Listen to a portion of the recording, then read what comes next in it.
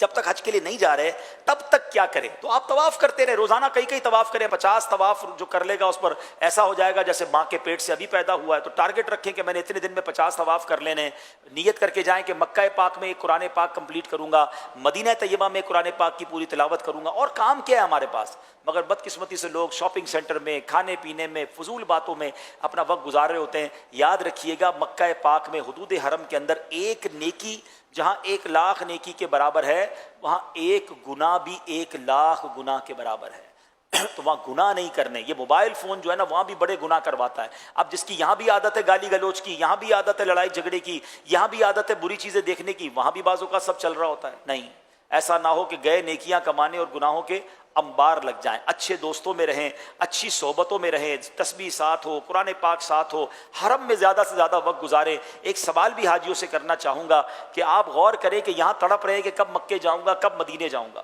اور کئی حاجی وہ ہیں جو حرم پاک میں 2-4 گھنٹے گزارتے ہیں، باقی 20 گھنٹے کہاں گزر رہے ہوتے ہیں۔ کوشش کریں روز کے 12-15 گھنٹے آپ کے مسجد نبی شریف میں اور مسجد الحرام میں گزریں، پھر دیکھیے اس کی برکتیں آپ لوٹیں گے۔ تو بہرحال یہ دن بڑے مزے سے گزاریے، عبادتوں میں گزاریے، کم کھائیے، صحت کا خیال رکھیے۔ یہاں ایک بہت بڑی غلطی بعض اوقات لوگ کر لیتے ہیں کہ اتنا اپنے آپ کو تھکا لیتے ہیں یا ایسا کھانا پینا میں بے احتیاطی کرتے ہیں کہ کسی کا گلا خراب، کسی کا پیٹ خراب۔ اب جب حج کا وقت آیا جس کے لیے گئے تھے ہیں تو اب اس میں اس سے پہلے بیمار ہو جاتے ہیں، تو اپنی حفاظت کریں۔ میں یہاں تو یہ بھی مشورہ دوں گا کہ کئی لوگ جو جبل دور پر غار ثور اور غار حرا پہ جاتے ہیں، ان کو بھی میں مشورہ دوں گا کہ حج سے کم از کم 1 ہفتہ پہلے آپ نے کسی پہاڑ پر نہیں جانا ہے۔ اگر پہلے پہنچ گئے 1 مہینہ پہلے چلے گئے الگ بات ہے، حج سے 8 دن پہلے آپ نے اپنے آپ کو سیف رکھنا ہے۔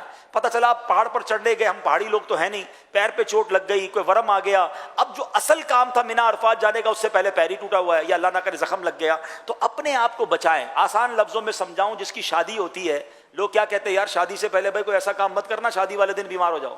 تو یہ اس سے بڑی کون سی خوشی کا دن ہوگا کہ ہم مینا عرفات جا رہے ہیں، تو اپنی انرجی بچائیں۔ بلکہ میں تو مشورہ دوں گا کہ 5 ذو الحجہ کے بعد اچھا ریسٹ کریں، 2-3 دن ریلیکس کریں، اپنی باڈی کو تیار کریں بڑی عبادت کے لیے۔ وہ کہتے ہیں نا عبادت پر قوت حاصل کرنے کے لیے آرام کروں گا تو اس کا بھی ثواب ملے گا۔ تو آپ حج کے 2 دن پہلے اپنے آپ کو ریلیکس کروائیں، تھکائیں نہ۔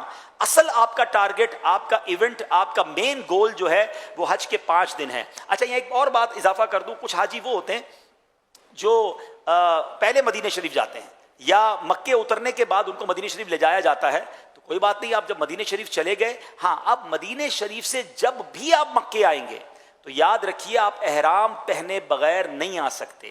احرام کی نیت بھی کرنی ہوگی اور آ کر عمرہ بھی کرنا ہوگا۔ اگر آپ حج تمتع کر رہے ہیں تو آپ پاکستان سے جا کر بھی آپ نے عمرہ کیا، اب آپ مدینے گئے، واپس آ کر بھی آپ نے عمرہ کرنا ہوگا، اور پھر اس کے بعد حج کے دنوں میں حج کا احرام باندھنا ہوگا۔